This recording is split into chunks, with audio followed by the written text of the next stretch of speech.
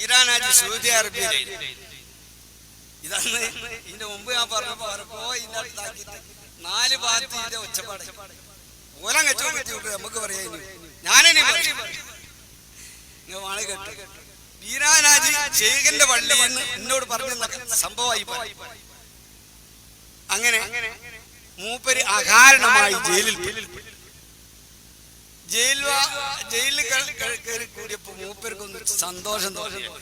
അയാൾ പറയാ യൂസുഫ് നബിയൊക്കെ ജയിലിൽ കിടന്നു ഇന്നെ ഓല കൂടുതൽ കാക്കാനാക്കി. അപ്പൊ മൂപ്പർക്ക് ഒരു സന്തോഷം തോന്നി ബീരാനാജി പറയാം. പക്ഷെ അങ്ങനെയാണ് 2 ദിവസം ഈ ജയിലിലാണ് നിന്ന് നോക്കും പൊറുതിക്കേടായി. ജയിലിലല്ലേ മനുഷ്യനായിട്ട് അവനായിട്ട് സൗകര്യം പോലെ ഒന്നും നീങ്ങാൻ കഴിയുന്നില്ലല്ലോ.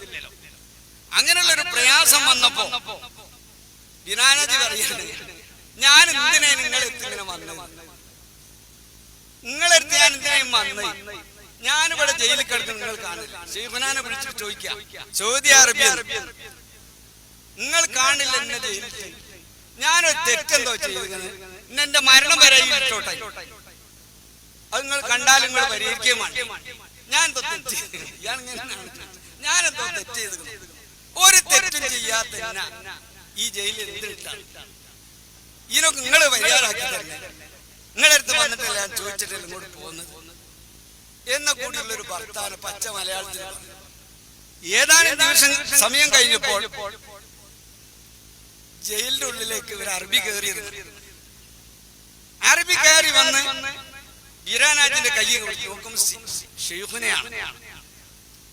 കൈ പിടിച്ച് നേരെ പുറത്തു കൊണ്ടുവന്ന് ഈ ജയിൽ ഇതൊക്കെ നിയന്ത്രിച്ചു കൊണ്ടിരിക്കുന്ന അതിന്റെ ഓഫീസിലേക്ക് കൊണ്ടുപോയി ഇയാളുടെ റിക്കാർഡുകളെല്ലാം എടുത്ത് അത് അങ്ങോട്ട് ക്യാൻസലാക്കി കൈ പിടിച്ച് നേരെ ബീരാനാജിനെ റൂമിൽ കൊണ്ടുപോയി റൂമിൽ അങ്ങോട്ട് കയറ്റി.